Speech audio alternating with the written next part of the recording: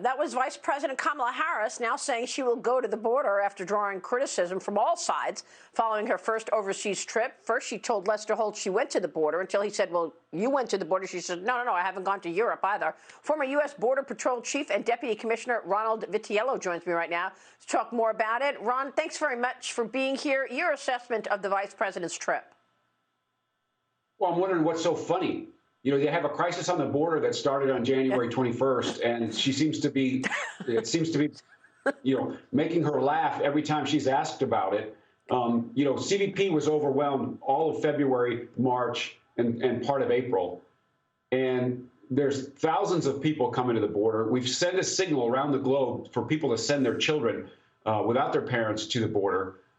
From everywhere, not just the Northern Triangle or Guatemala, where she is now. So I'm wondering why it's so hilarious that we have to laugh about visiting the border. Why doesn't she go there? Because the mayors and the sheriffs and the people who are in leadership along the border are going to ask her some very tough questions. Why did you let this happen? Why did you reverse the policies that were keeping the border under control and not having a crush of humanity at the border? Why did you reverse that without being prepared, without giving the augmentation that was required for HHS shelters and Border Patrol stations? Why did you do that? That's a tough question for her to answer. I don't think it's funny, but I think it's very hard for her to answer.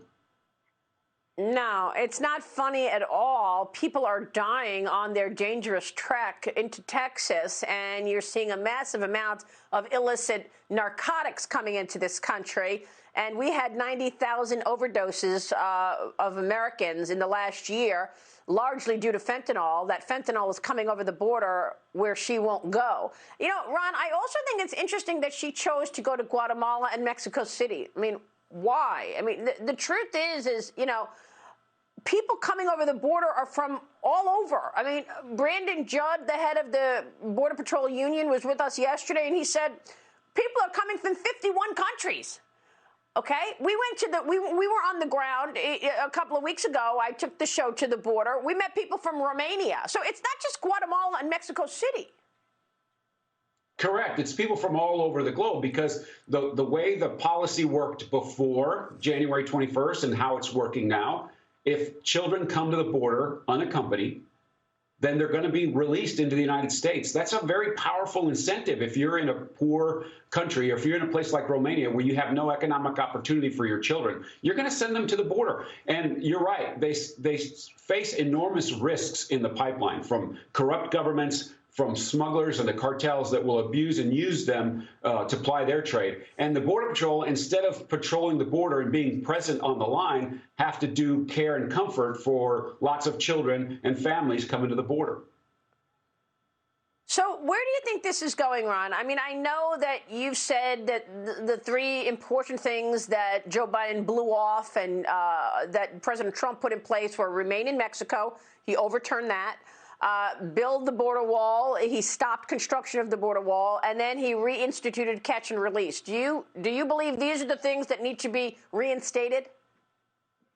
That's what worked before. Every surge at the border, like what we're seeing now, and the one we're seeing now is probably the biggest the department has ever seen. The incentives and the consequences.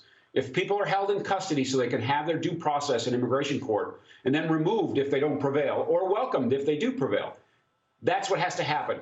It worked with the Remain in Mexico program, right? They waited in Mexico versus being released into the United States. In 2014, during the Obama administration, when they held families in residential centers so they could have their hearings in court, that worked. So that's what needs to change. That policy needs to change. Now, it looks like this administration is not willing to do that. Congress could act, and they could legislate a Remain in Mexico program, or they could add resources to the department so people can be held appropriately for their due process. Well, I just wish they weren't so petty with this inability to admit some of the things President Trump did actually fix the situation, whether it be, galvanizing the pharma sector to come up with a vaccine in 10 months, or all of these policies at the border. But they just don't want to give Trump any credit, so they're willing to hurt the country. Ronald Vitiello, we will continue to follow it. It's good to see you this morning, sir. Thanks very much, Ron. We'll be right back. Thank you.